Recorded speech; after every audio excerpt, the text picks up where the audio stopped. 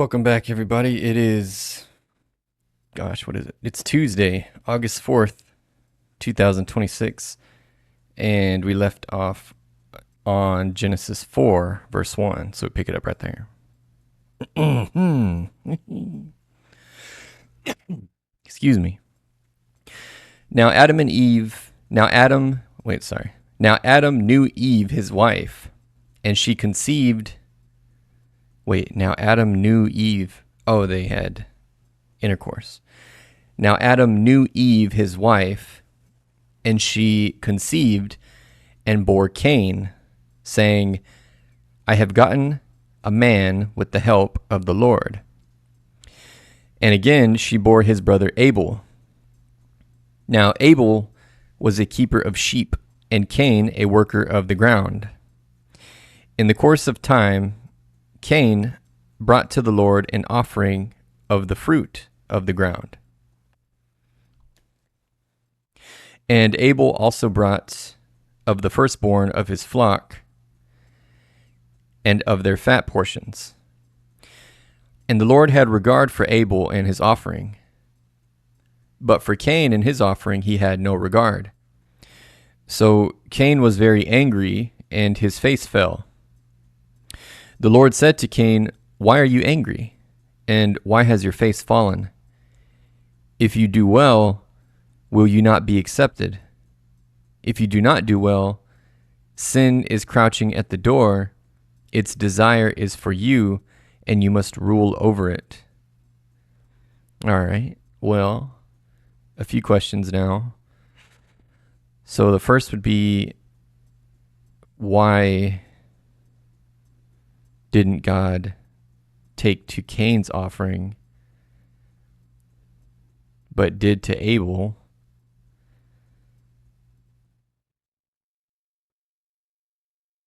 And then in addition to that,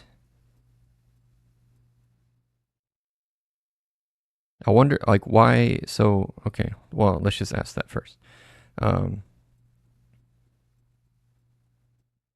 Why do theologians say, allergens say, dang it, theologians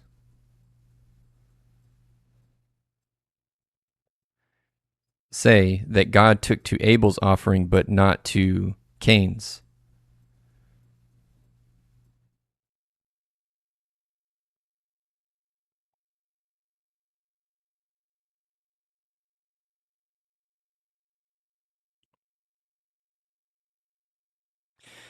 The question of why God accepted Abel's offering while rejecting Cain's is one of the most thoroughly analyzed passages in biblical theology.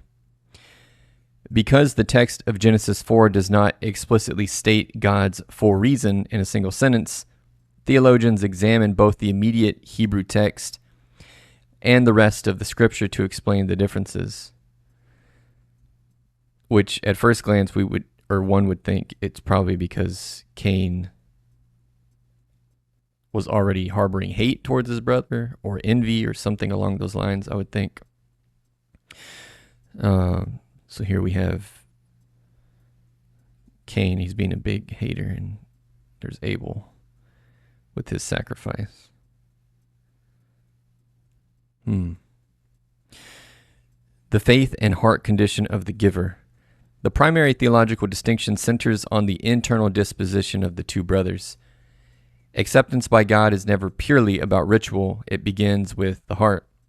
Hebrews 11:4 states, By faith, Abel offered to God a more acceptable sacrifice than Cain, through which he was commended as righteous, God commending him by accepting his gifts. Abel's offering was born out of genuine trust, reverence, and devotion to God, whereas Cain's lacked true faith.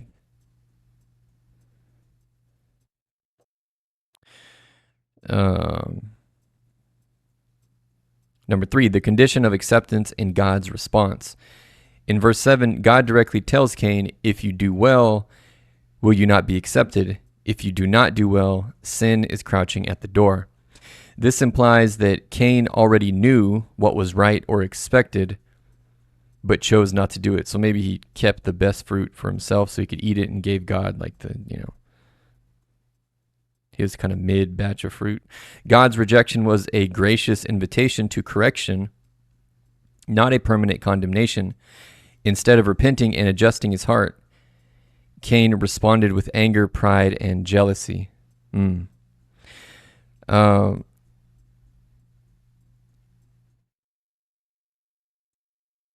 Why did God continue to directly speak to the humans even after they were exiled from the garden? And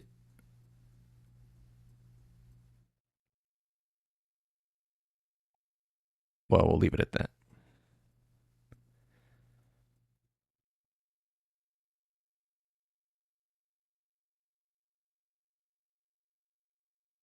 I was saying, when did it stop? But I mean, technically, it never did. Although everybody might not have that privilege to hear directly from God.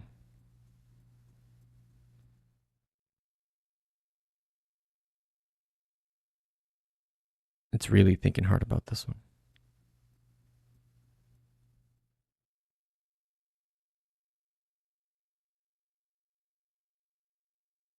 Okay, let's just go back. Genesis 4, verse 8. Cain spoke to Abel his brother, and when they were in the field, Cain rose up against his brother and killed him. Then the Lord said to Cain, "Where is Abel your brother?" He said, "I do not know. Am I my brother's keeper?" Talking back to the Lord. And the Lord said, "What have you done? The voice of your brother's blood is crying to me from the ground. And now you are cursed from the ground, which has opened its mouth to receive your brother's blood from your hand. When you work the ground, it shall no longer yield to you its strength. You shall be a fugitive and a wanderer on the earth." Cain said to the Lord, "My punishment is greater than I can bear. Behold, you have driven me today away from the ground, and from your face I shall be hidden. I shall be a fugitive and a wanderer on the earth, and whoever finds me will kill me." Then the Lord said to him, "Not so. If anyone kills Cain, vengeance shall be taken on him sevenfold." And the Lord put a mark on Cain, lest any who found him should attack him. Then Cain went away from the presence of the Lord and settled in the land of Nod, east of Eden.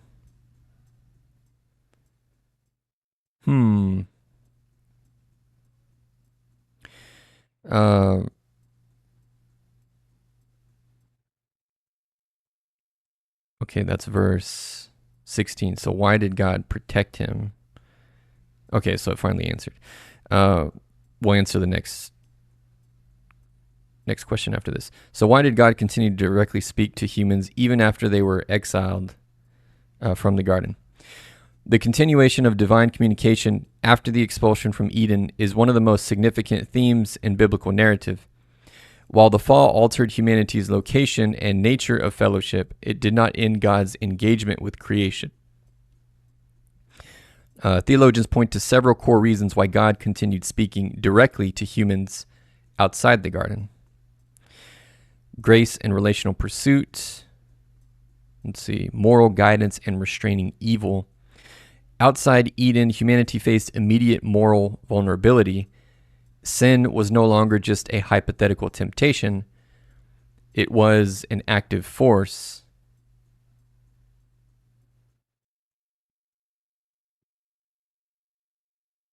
So this is what's interesting to me, because when Eve and Adam ate the forbidden fruit, they committed a sin, they disobeyed God, but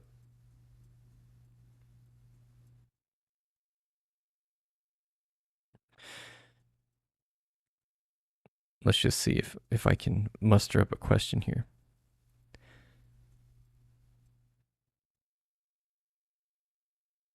in this verse, it makes it seem like the initial sin, the original sin committed by Eve and Adam, created many other sins. So if the first sin was disobedience, what did that action create?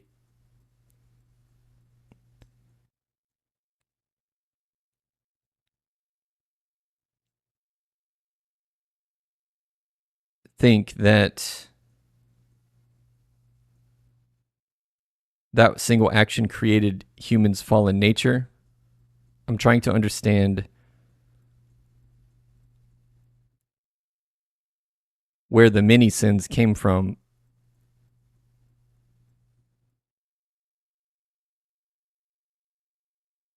Not many. Many is in more than one.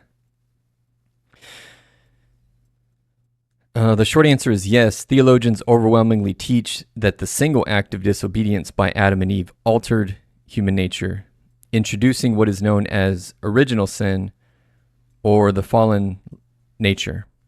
The single action of taking the forbidden fruit didn't just break a rule, it fundamentally severed humanity's direct harmonious connection to God. That single tear in the fabric of human nature is what allowed many other sins to flood into existence. So I guess what I'm really asking is, what is the origin of sin? So if we take it at face value, single tear in the fabric of human nature is what allowed many other sins to flood into existence in this wording, which would imply that it already existed somewhere. It was just being held back. So is that to say that sin in all of its different forms already existed and it was simply being held back, or humanity was being protected from its temptation? And if that's the case, what is the origin of sin?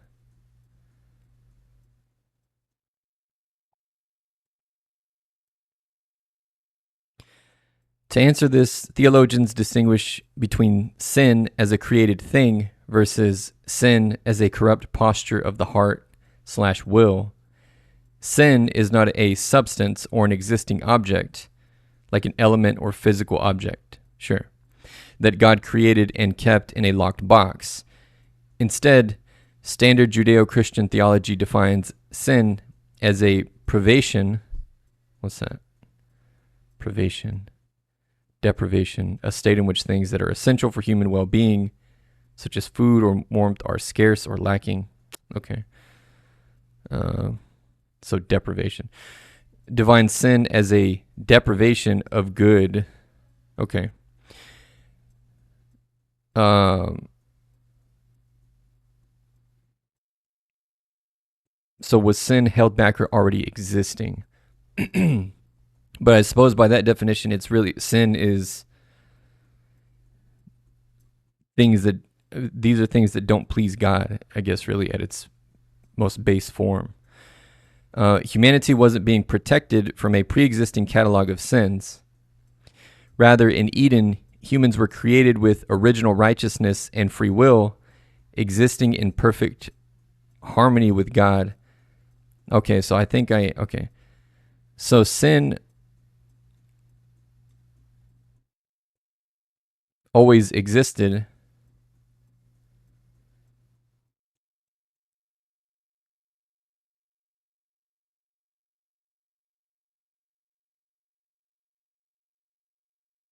Technically speaking, as soon as free will existed,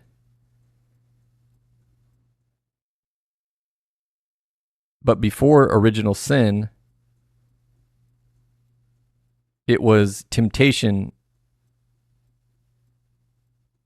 as a burden that humans did not have, that they now do have.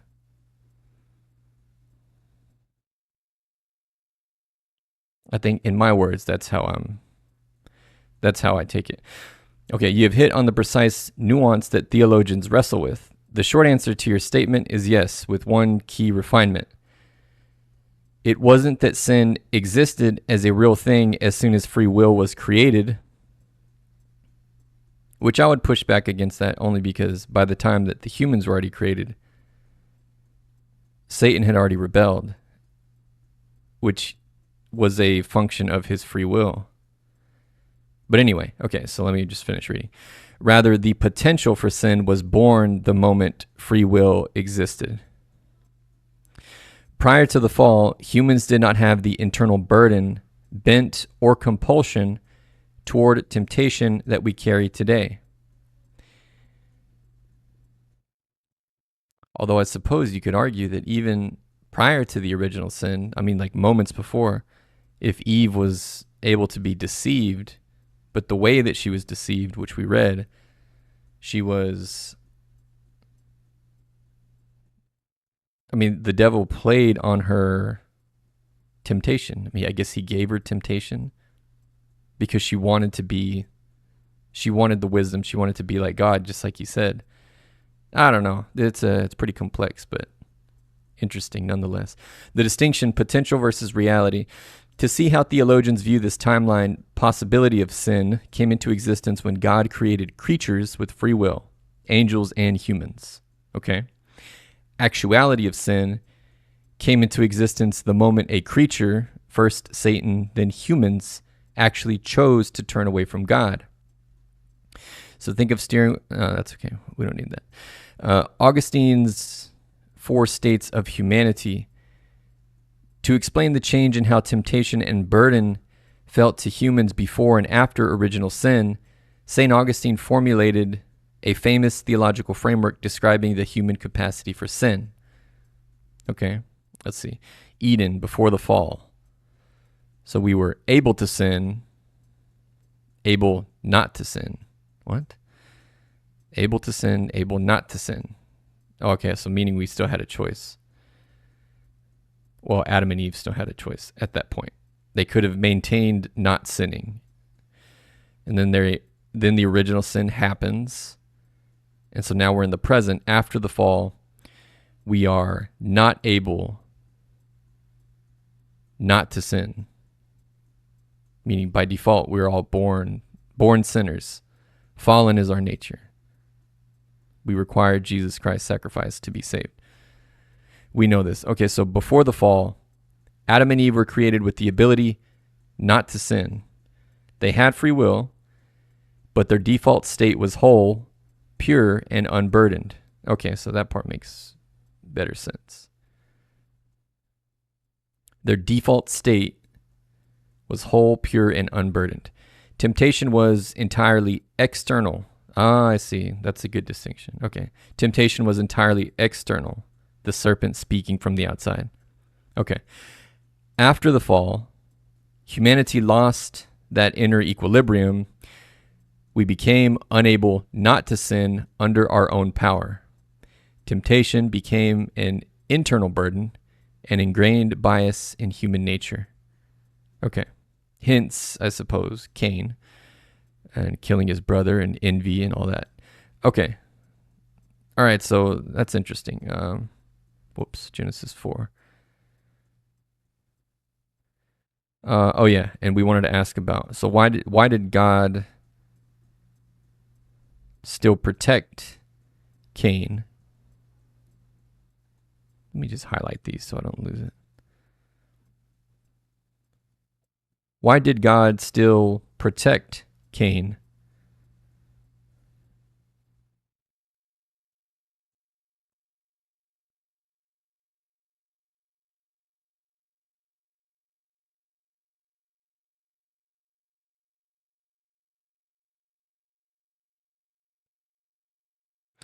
The protection of Cain in Genesis 4:15 is one of the early striking demonstrations of grace intersecting with divine judgment in the biblical narrative.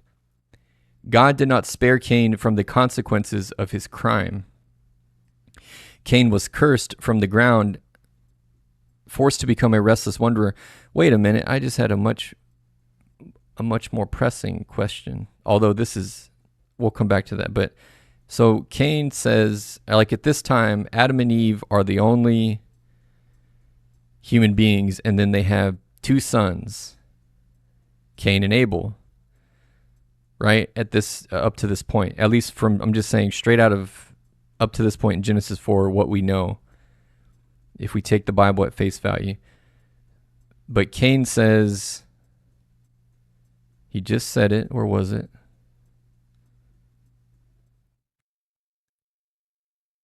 So, okay, Cain said to the Lord, "My punishment is greater than I can bear. Behold, you have driven me today away from the ground, and from your face I shall be hidden. I shall be a fugitive and a wanderer on the earth, and whoever finds me will kill me." But who is whoever? Who else was there? Now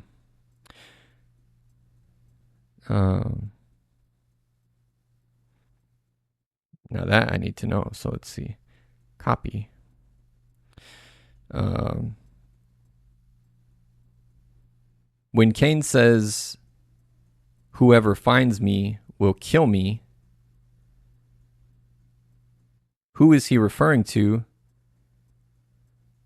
Were not he, Abel, Adam, and Eve the only humans up to this point?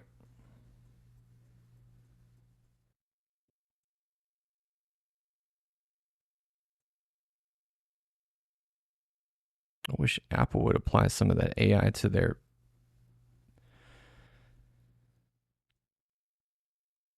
talk to text. That'd be great. Maybe the new Siri will have it. Okay, this is one of the most common questions when reading early Genesis. While Genesis 4 mentions only Adam, Eve, Cain, and Abel by name up to this point, the text and context provide a few key answers to whoever refers to. So significant time had passed. All right. The story of Cain and Abel does not take place immediately after their birth. Okay, sure. Both men were grown adults with established occupations. Cain was a farmer and Abel was a shepherd. By the time Cain killed Abel, decades or even a century may have passed since Adam and Eve were created. So this brings up another obvious question, which, even if that's the case, who did they have sex with to procreate? Like, did Cain and Abel sleep with their mother? Or did Adam and Eve have many other children that I guess spread about the world, or spread across the lands, and that's who Cain was referring to? Maybe we'll ask, but we'll finish this part. Okay, other children and rapid population growth. Genesis 5:4 explicitly states the days of Adam after he fathered Seth were 800 years, and he had other sons and daughters. Oh, I see. Okay. So, okay. During the early generation described in Genesis, human lifespans were extremely long, 800 to 900 years. Can you imagine living that long? That would mean I'd be like 8 years old right now or something, by contrast. And families were large. Over several decades, Adam and Eve's children would have had children of their own, leading to an expanding population of siblings, nieces, nephews, and cousins. Which, I mean, you can kind of say, ooh, that's gross or whatever, but these were the first humans. So, I mean, I don't know. I don't really take it that way, because there's literally no other option, and it was by God's command, to procreate. So, obviously today that's frowned upon, but that's not defending it at all, but I'm just saying that was by God's command that this was. But what I am curious about is whether or not anyone else slept with Eve, not in like a pervy way, but just like, I wonder if that was I don't know what I'm saying. Let's move on. Fear of blood vengeance from relatives.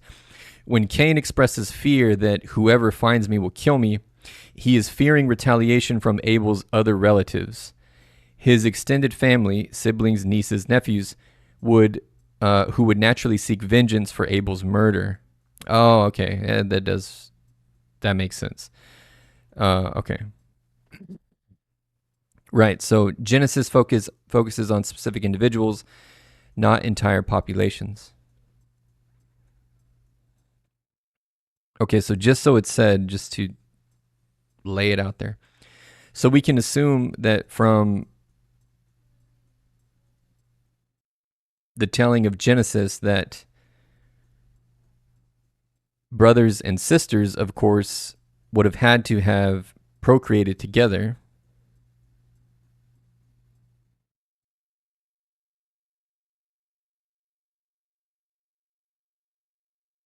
But only Adam knew Eve.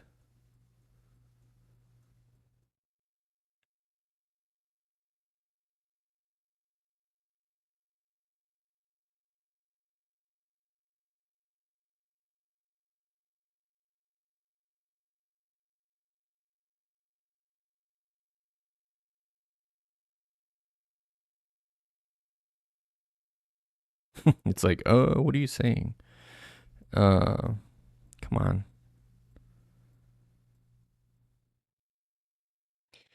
Gemini Flash is not flashing tonight. But all right, let's keep reading and then we'll come back.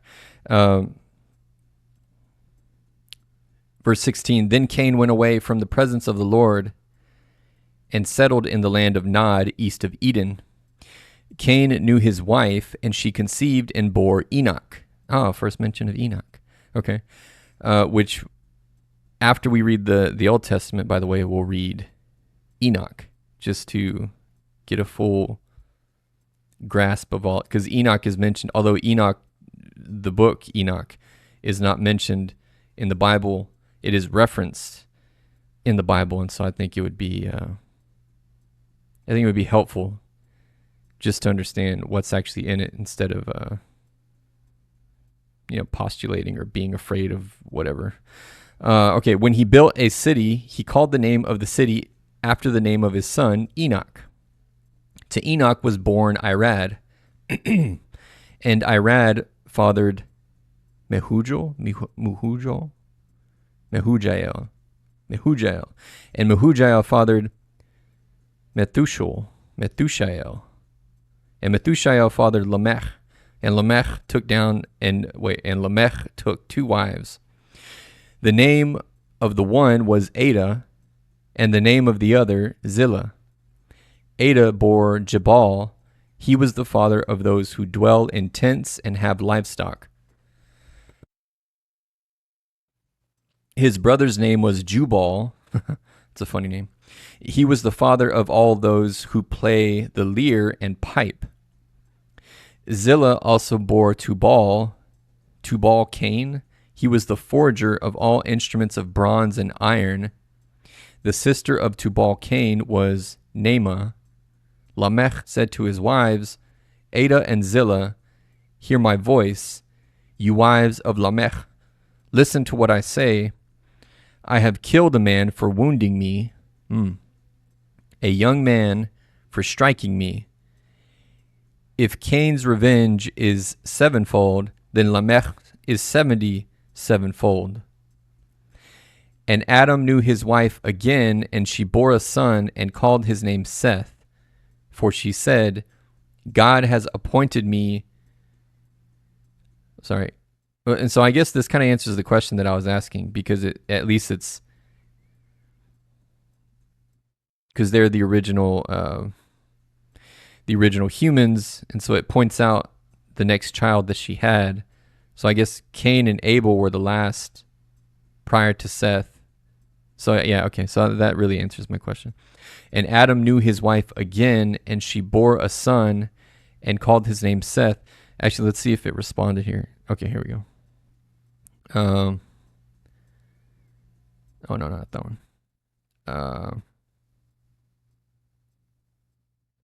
Okay, so the question is, so we can assume from the telling of Genesis that brothers and sisters, of course, would have had to have procreated together, but did only Adam know Eve, as in did only Adam procreate with Eve, or did she procreate with her sons? You're right on the first point. Under the literal reading of Genesis, brothers and sisters would have had to marry and procreate to populate the earth. However, the phrase "new" in terms of sexual relations is actually used for others in the Genesis narrative as well.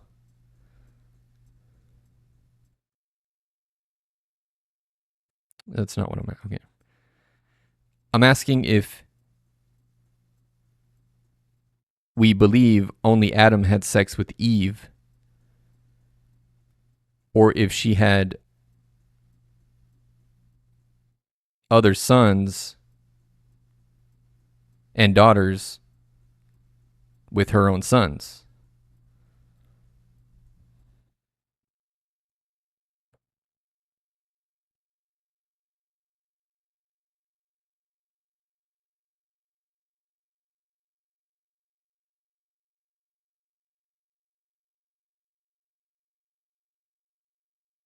It's like really digging into the archives for that. I think it's interesting that these take so long, but you ask it about anything else, and it's like lightning. Okay, let's go back while that works on that.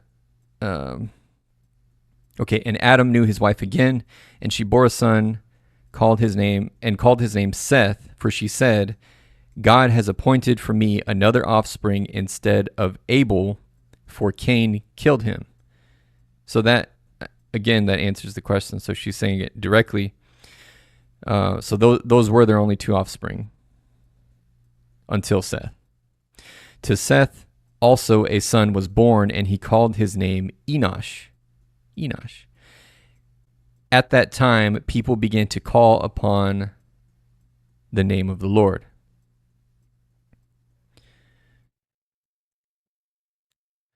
Okay, let's see.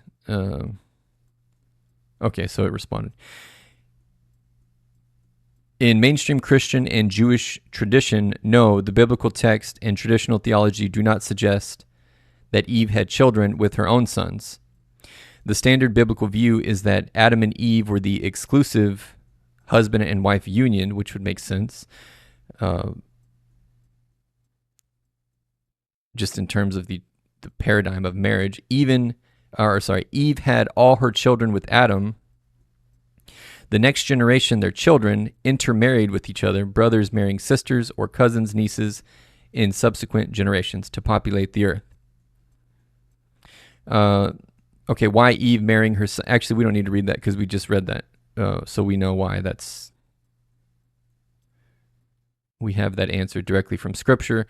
Yeah, okay, and then this is worth reading. The one flesh marital principle in Genesis 2:24, the structural pattern for human marriage is established. A man leaves his father and mother.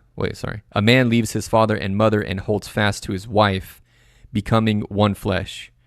Adam and Eve were uniquely partnered as the original pair, while their offspring established their own marital unions within their generation.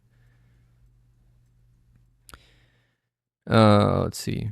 Parent-child incest boundaries. While sibling intermarriage was necessary and implicitly permitted early on before the Levitical laws were formally given thousands of years later, parent-child relations, such as a son sleeping with his mother, carry a distinct moral prohibition across Scripture, later formalized strictly in passages like Leviticus 18:7. Oh, so interesting. So we'll eventually read that, but it gets very specific about these things. Okay, so biblical commentators generally view the early repopulation model strictly as brother-sister marriage, not mother-son intermarriage. Okay, well, there you go. Okay, Genesis 5. I'm like wide awake now. This is not bode well for my bedtime tonight. But because I'm wide awake, it's not that long. We'll go ahead and read it. Okay. Adam's descendants to Noah. This is the book of the generations of Adam. When God created man, he made him in the likeness of God. Male and female, he created them.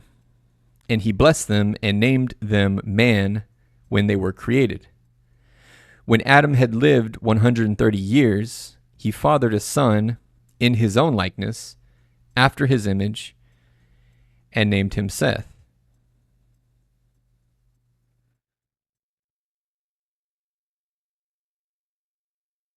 He fathered a son in his own likeness, after his image. So I'm curious what this means, because how can he, like, what, how would that be any different than when he had Cain and Abel? Like, what's it implying? Like, he gave some special oomph to the one, session that made Seth, or what? Like, what does it mean? What does it mean? Why does the Bible make this distinction? It seems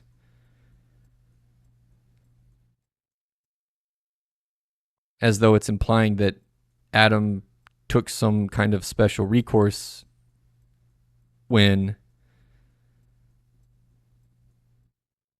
creating Seth versus Cain and Abel.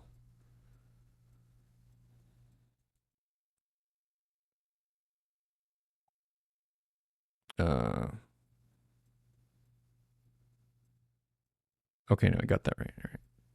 Paste.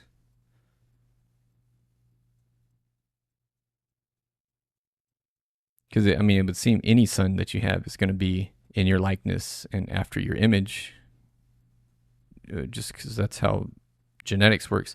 The phrasing in Genesis 5:3 that Adam fathered a son in his own likeness after his image does sound distinct, but it does not mean Adam used a special mechanism or process to conceive Seth.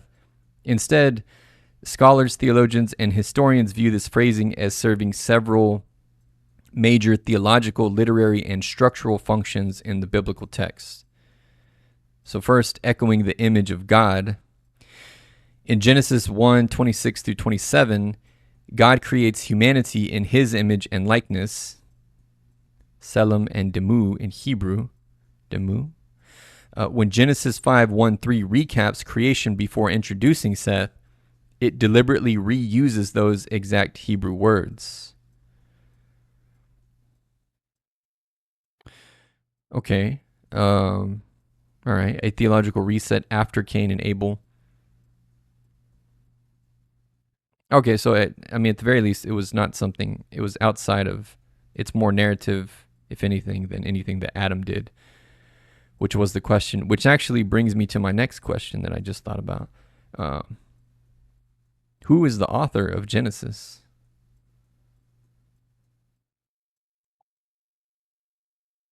Well, God, obviously, inspired by God, but who, the answer depends on whether you are looking at traditional religious consensus or modern historical scholarship. Okay, as the two offer very different answers. The traditional view is Moses, really, that far along. That's really fascinating. Okay, for thousands of years, both Jewish and Christian traditions attributed Genesis, along with Exodus, Leviticus, Numbers, and Deuteronomy. I guess it wouldn't be, so when he went up on the mountain, they're saying that's when God would have had him write all of these things, so that's not too far out. Okay, along with Exodus, Leviticus, Numbers, and Deuteronomy, which would make up the Torah, collectively known as the Torah or the Pentateuch, to Moses. We'll just call it the Torah. The logic, Moses was considered the central prophet and lawgiver of ancient Israel who received revelations from God. The nuance, because the events in Genesis, from creation to the death of Joseph, occurred centuries before Moses lived, traditionalists hold that Moses either received the text through direct divine revelation or compiled and edited older oral and written patriarchal traditions under divine guidance. Okay. The academic and historical consensus, multiple anonymous authors. Well, of course, people would. Modern biblical scholarship and historical critical analysis generally conclude that Genesis does not have a single author. Instead, it was composed over several centuries by combining multiple earlier oral and written traditions, a theory known as the documentary hypothesis or its modern variations. Okay.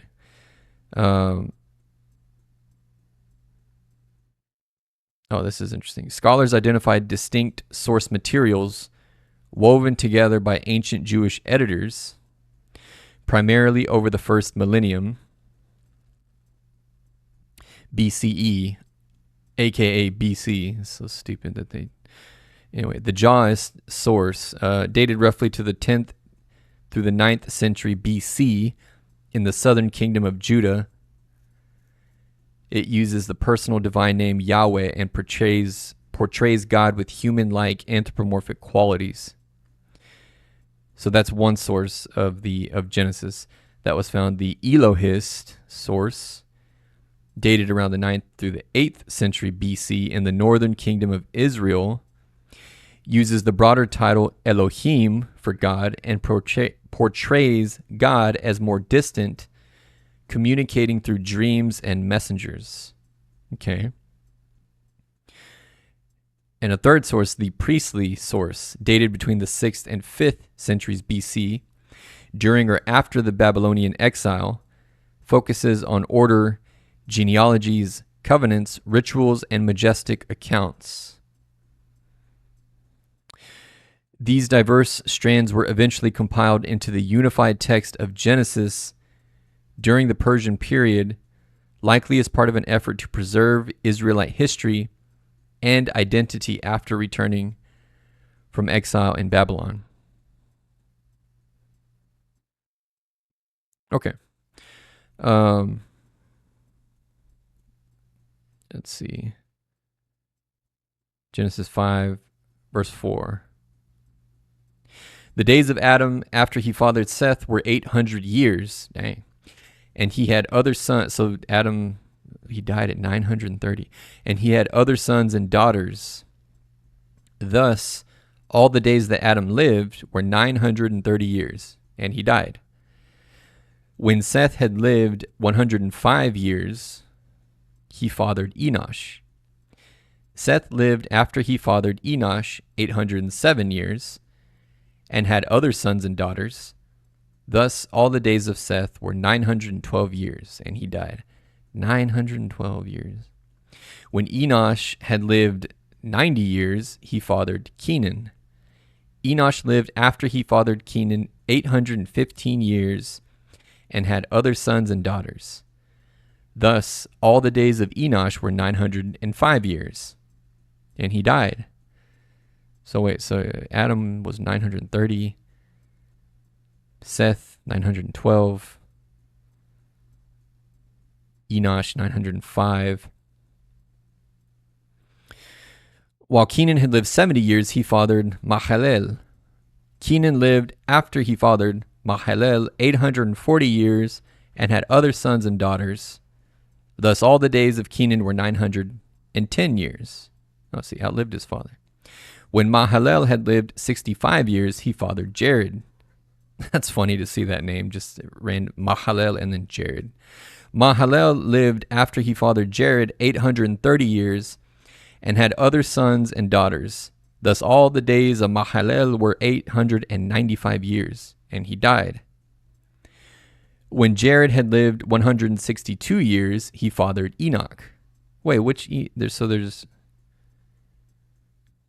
two Enochs. Which Enoch is... Okay, hold on one sec.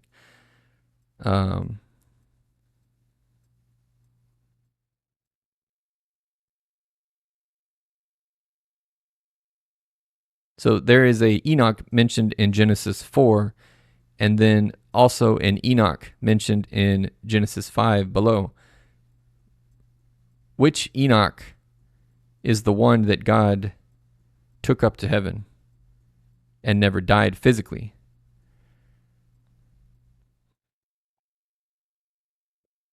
In other words, the one that supposedly wrote the book of Enoch.